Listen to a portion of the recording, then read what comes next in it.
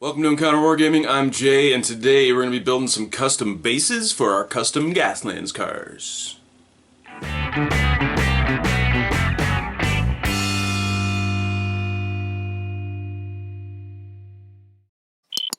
The last couple videos, a couple of weeks ago, I built some custom Gaslands cars and showed you guys how to take apart Hot Wheels cars and put them back together in a strange arrangement.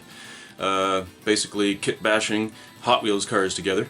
And then last week we went through some basic painting techniques, some very simple things you can do to make your Gaslands cars look awesome with almost no effort at all, or very little effort I should say. Today we're basically just doing some bases, so for those of you that want to actually base your Gaslands cars, again, it's not a necessity in Gaslands to base your cars, but in this case I had a couple of my custom ones where the bottom didn't really look right and they didn't really quite sit evenly, so I decided to put bases on them. Now, we've gone a little different than the normal rulebook sizes for bases just because, again, these cars are custom. I need custom sizes, and luckily they all end up being a little bit bigger than what is actually suggested in the rulebook, so I think that's okay. If it's not okay in that game, please comment below, let me know, but I think as long as your bases get bigger, you're not really giving yourself any kind of advantage, because again, you're still measuring from the front of the base as opposed to the front of the vehicle now, and making them longer is actually a disadvantage, in my opinion, but that's just my opinion. So anyway, that is what it is. Let's get into making some custom bases. Alright, so there's a couple different ways to do Gaslands bases. Some people prefer to do them as they're stated in the rulebook, like the sizes they're stated in the core rulebook. Other people base them on the size of the actual vehicle themselves. I've been through a few forums, and you know, it's kind of 50-50. People can go either way. Obviously, the rulebook has suggested certain things for competitive play, but something I've noticed about this game is it's not really a competitive tournament style game. I mean, I suppose it could be, but yeah, it's not really. It's more like just, you know, have fun with your friends, destruction derby, kill some cars kind of situation. So anyway, the common size that they give for cars, basically, for any of these three vehicles in the rulebook is 30mm by 60mm. Problem is, when looking at my ruler here, and I'm looking at 30mm, which is 3 centimeters, that's pretty much exactly the width of this station wagon. It is almost exactly the width of the car without the tires that I brought out of it. And same thing here, 30 doesn't even span the wheels. Like, it's just slightly bigger than the body of this car. Doesn't even cover the wheels. And then when looking at the lengths, this guy is actually 7.5 centimeters, so 75mm. This guy, not including the spikes I put on the front, 1, 2, 3, 4, 5, 6, 7 centimeters, so 70mm. And then this guy, 1, 2, 3, 4, 5, 6, 7, 8, 8.5, so 85mm. So if I were to make bases the size that the rulebook tells us to make them, you wouldn't even see them. They would have no impact on play, like to make things fair, because the vehicles would just be brimming over top of them, right?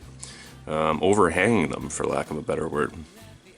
So what I'm going to do is I'm going to make custom bases based on the size of my actual vehicles. And for that, I'm just going to go a couple millimeters bigger than the vehicle on either side. So I'm going to pull out a notepad, actually, because I'm going to have to write down these measurements and make sure that I stick to them. My notes. Alright, so I got a scrap piece of paper here. Let's write down these measurements. So for the jet car, for hatch jet, we're looking at, so what I'm going to do is I'm going to measure the actual width of the vehicle. So in this case we're looking at 35mm from tire to tire. And then here I am going to go from the added barrier that I put there. So I should write that down first, 35mm wide, and then we'll do long. So length, 1, 2, 3, 4, 5, 6, 75. the, I'll call them muscle car for this. It's just notes anyway.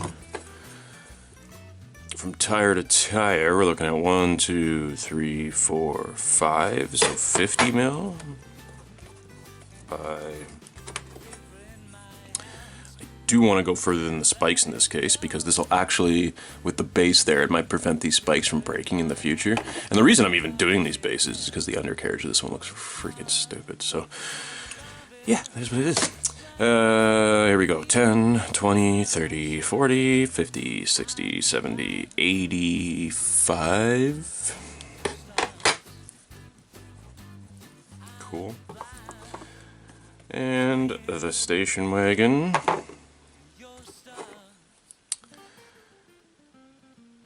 Is pretty much 30.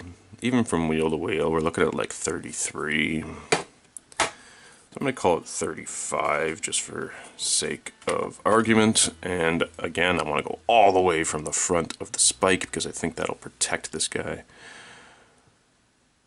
1, 2, 3, 4, 5, 6, 7, 8, 9, 10, 11. 110 millimeters. So looking at the rule book, actually, this is this is pretty much the size of a bus. So, whatever. I mean, whatever. Basically, I think they put the base sizes in there for fairness, but then, like I say, when you get too custom, like I've done here, it doesn't really apply. A lot of the vehicles that I've done in the past would probably fit the standard basing sizes, but these ones here, because I customized them so much, they're not really working out that way.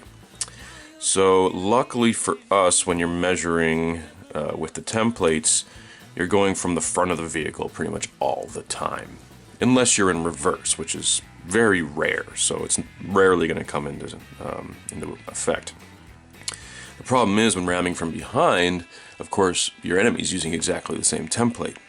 So that means this guy, who is much longer than 60, is actually going to be at a disadvantage, because as fast as he can move, there is a 5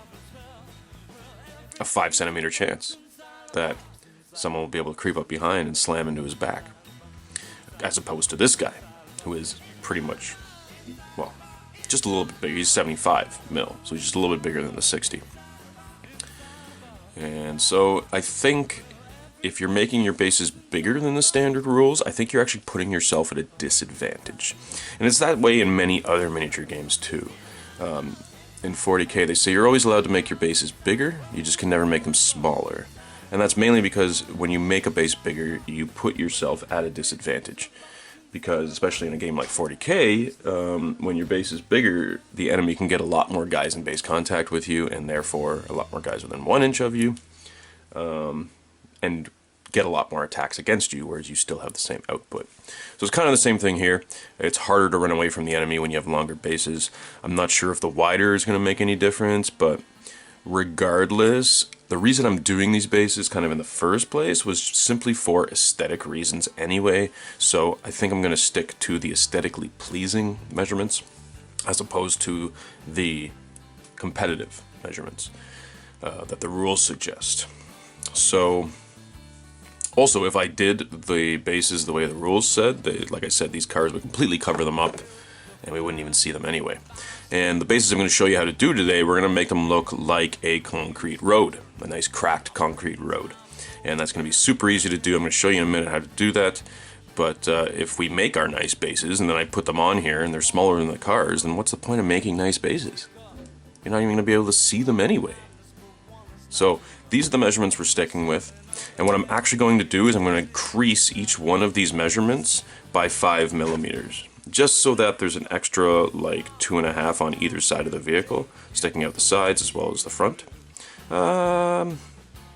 Actually, I'm thinking maybe I'll just throw an extra centimeter on there. Because then that way it comes out 5, 5, 5, and 5. Yeah, let's do that. Because that way, like I say, we're going to actually make some really cool looking bases, and I want to put like a line down the center like it's a road. So in order to do that, I'm just going to increase all of these. So 35 becomes 45, 75 becomes 85, 50 becomes 60, 85 becomes 95, 35 into 45, and 110 into 120. Boom. These are the measurements for my bases. Let's pull out some cork board. So here I've got a piece of cork that I've used in the past for bases. As you can tell, I've ripped pieces off of this, but that's okay, because we're not going to need a whole lot for this. But you can basically buy these tiles at, well, in Canada here we have Dollarama, where you can buy these tiles. You get 2 of them for like $1.25. It's amazing. I use them all the time for cork basing and stuff. In this case, I picked the one that's like, I guess it's about a 1/4 inch thick.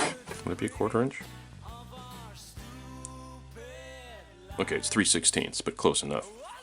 So I guess in millimeters, yeah, it's 5 millimeters thick. That's perfect. I'm going to draw out the measurements that I had jotted down here, and basically just draw out 3 squares.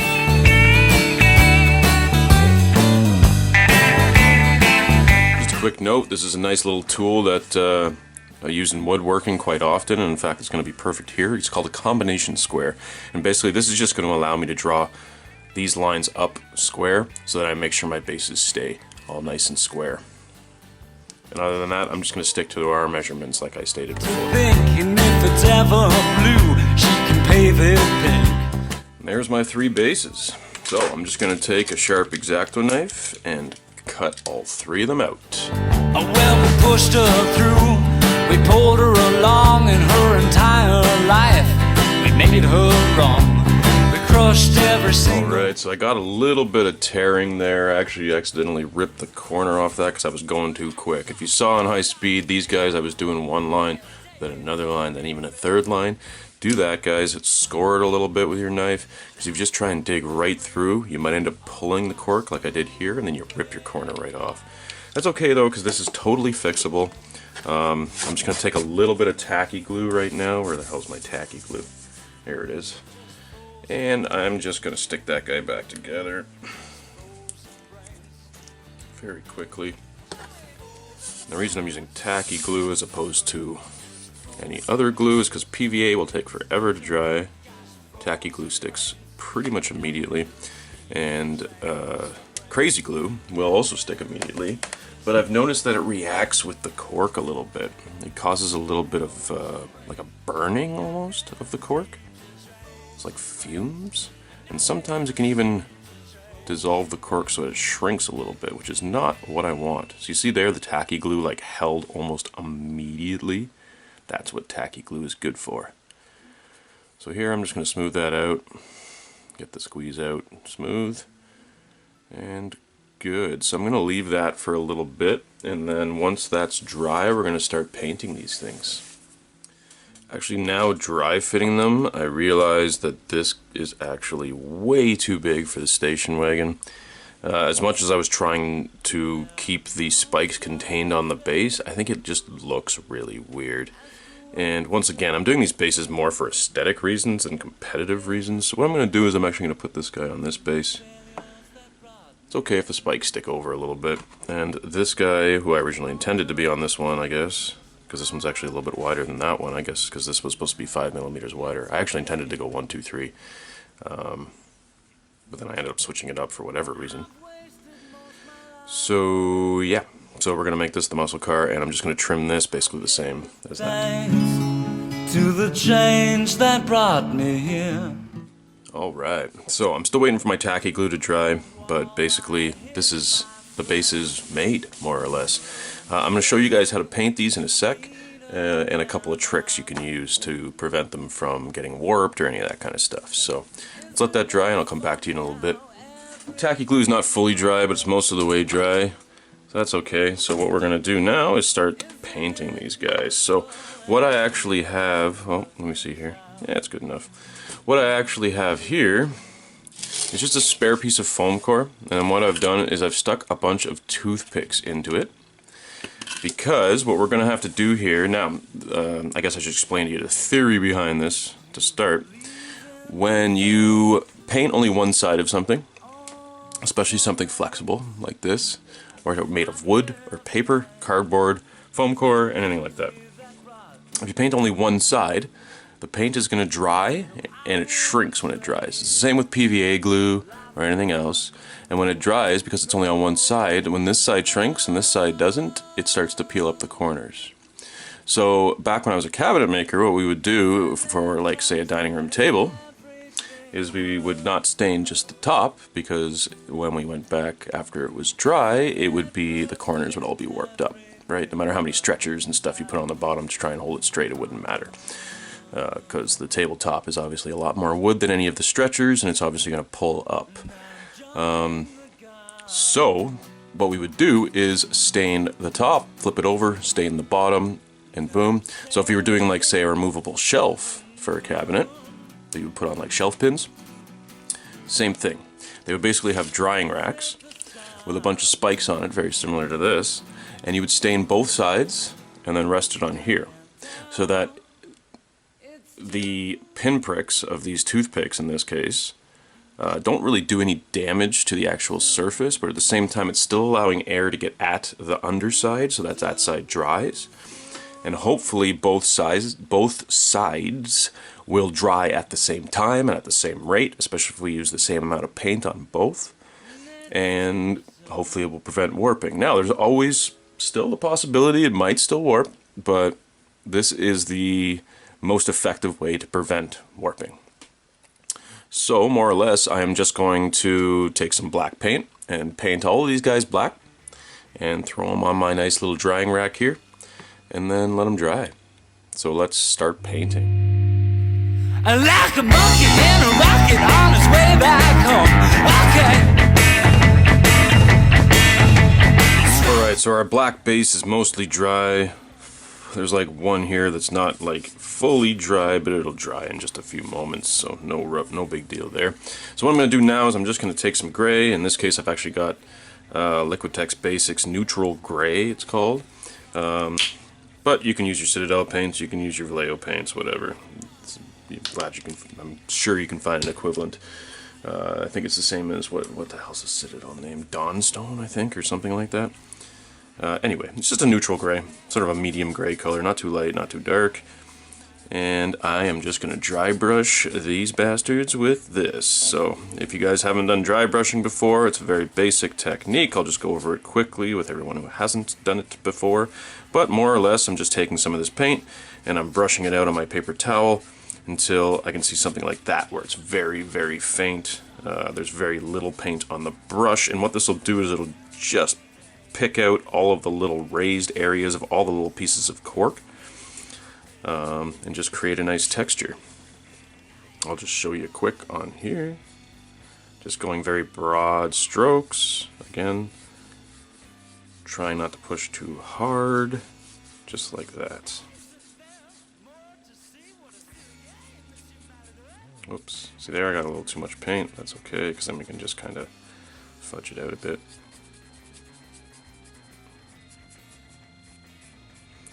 And if you can, triangle one direction this way and then go the other direction against it. That way it won't be as apparent if you have any streaks, rather than just, you know, paint on the raised areas. Sometimes you do get some streaks, which you're probably seeing on this one on camera, but now that I've gone the opposite direction, and then I can even go on an angle as well, and that basically just prevents, it doesn't prevent the streaking, but it prevents being able to see the streaking. So I'm actually going to do a couple of coats on there. That wasn't quite enough, I don't think. It doesn't quite look dark enough, gray enough, I should say. And like I said, I'm just going on angle to counter the straight. That's a little better. Go on the opposite angle.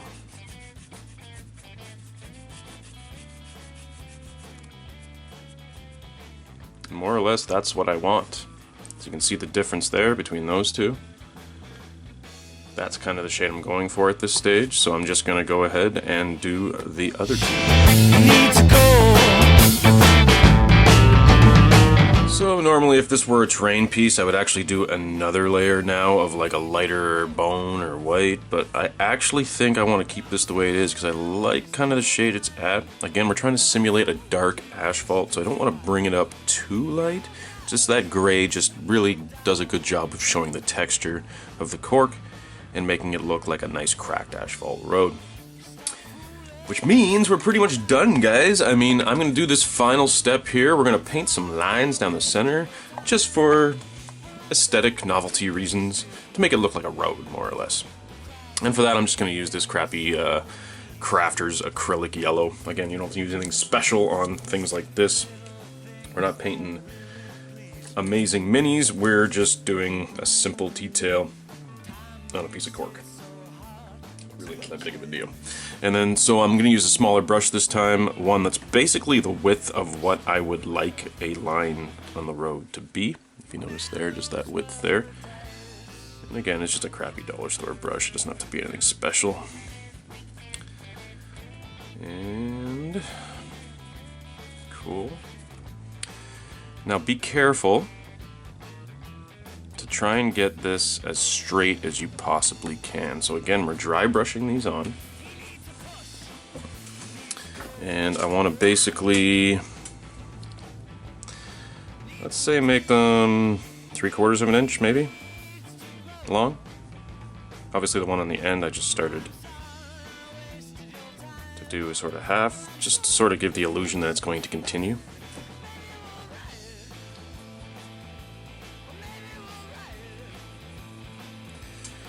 So when you're doing these though, things to keep in mind is the distance between them. So I have a little bit of distance here between them. I want to keep that same distance between marks.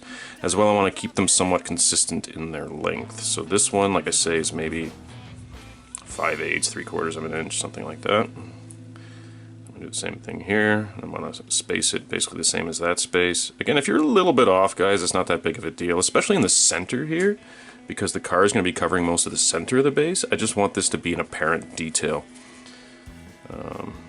So yeah, let's say about to there. Does that look about even? That's the one before it? Yeah, I think so. It's a little bit longer, but again, not the end of the world. This is just a minor detail to sort of just provide that last bit of personality to the piece. Our 2D models. And I'm just going over them again just to lighten them up a little bit since they looked a little too dark there. And boom. There we go. Super quick, super easy. I don't think it's ever been so easy to base something. I love Gaslands. So, I'm just going to go crazy on the other two. Let's go to Rome. Let's go to Rome. We'll see all the sights just like... There's our bases. Quick, super easy. So, final step, I am just going to glue these bastards to their bases. Let's see here, can you actually see the line? Yeah, you can see the lines underneath the car, that's awesome. Now these ones you probably won't be able to, but that's okay. That's why the bases are a little bit longer. So this guy, I'm going to put in place, and it's just going to be a little bit of crazy glue, and make sure to use very little, because we don't want the fog up and stuff, so it's just a dab, dab, dab, dab. Position it exactly where I want it on the base, looking at it from a bird's eye view. Right there. Cool. Next. Which one's the wider one? This one's the wider one, so that one's going to get the big muscle car lead. Again, dab, dab, dab, dab. And make sure he's centered. Boom. This guy, because I messed up adding on and adding on and adding on, this part of his bottom is actually further down than the tires, so it might look a little strange, but that means that these pieces are going to contact before the tires do. So I'm not putting my glue on the tires, I'm putting my glue on this. There, there, maybe a little bit here, because that looks like it's going to touch. And there you go.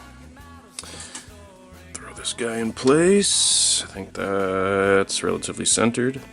Boom. And that's it. Day's done. So there you go, guys. That's the tutorial on the custom bases. Basically incredibly cheap materials, just some cork board and a little bit of craft paint. That's all you really need. and again, just a little bit of crazy glue just to glue them on later. And that's basically it. I hope you guys enjoyed that. That was a lot of fun for me, as usual. It's amazing how very simple techniques can go a very long way. And we can do things very quickly without really giving it too much thought or too much effort. And the great thing I'm finding about Gaslands is that that's exactly the way it is. I mean, you can literally take some Hot Wheels cars and just repaint them if you wanted to, but obviously on this channel we've been doing a lot of customizing, working with different bits and trying to make them look very post-apocalyptic. So now I've covered customizing your cars, painting your cars, and basing your cars. So at this point, you should be able to take a pile of Hot Wheels, rip them all apart, and put them back together into some awesome Gaslands teams. And that was the aim of this series. So if you guys like this series, please head to the description below and check out our Patreon campaign. For as little as $1 a video, you can help fund what we do here at Encounter Wargaming. And it just helps us keep these videos as ad-free as possible. Also guys, if you want to help support us, you can head to our Spreadshirt page and pick up one of our awesome t-shirts with our logo on it, and it gets us a couple bucks and you get some awesome swag at the same time. Also, please, if you like this video, hit the like button. Make sure to subscribe so that you don't miss out on future content. And as always guys, make sure to comment below. I answer every single comment and I love hearing your input on everything. Let me know if these bases, like I said in the intro, whether or not the increased size of them is a problem or not. I'd love to get a conversation going on that. What do you guys do for your Gaslands bases? Let me know what techniques, what materials and stuff that you personally use for your Gaslands bases, or whether or not you do even base them at all. Closing, like, subscribe, comment, share it with your friends, and we'll see you at our next encounter.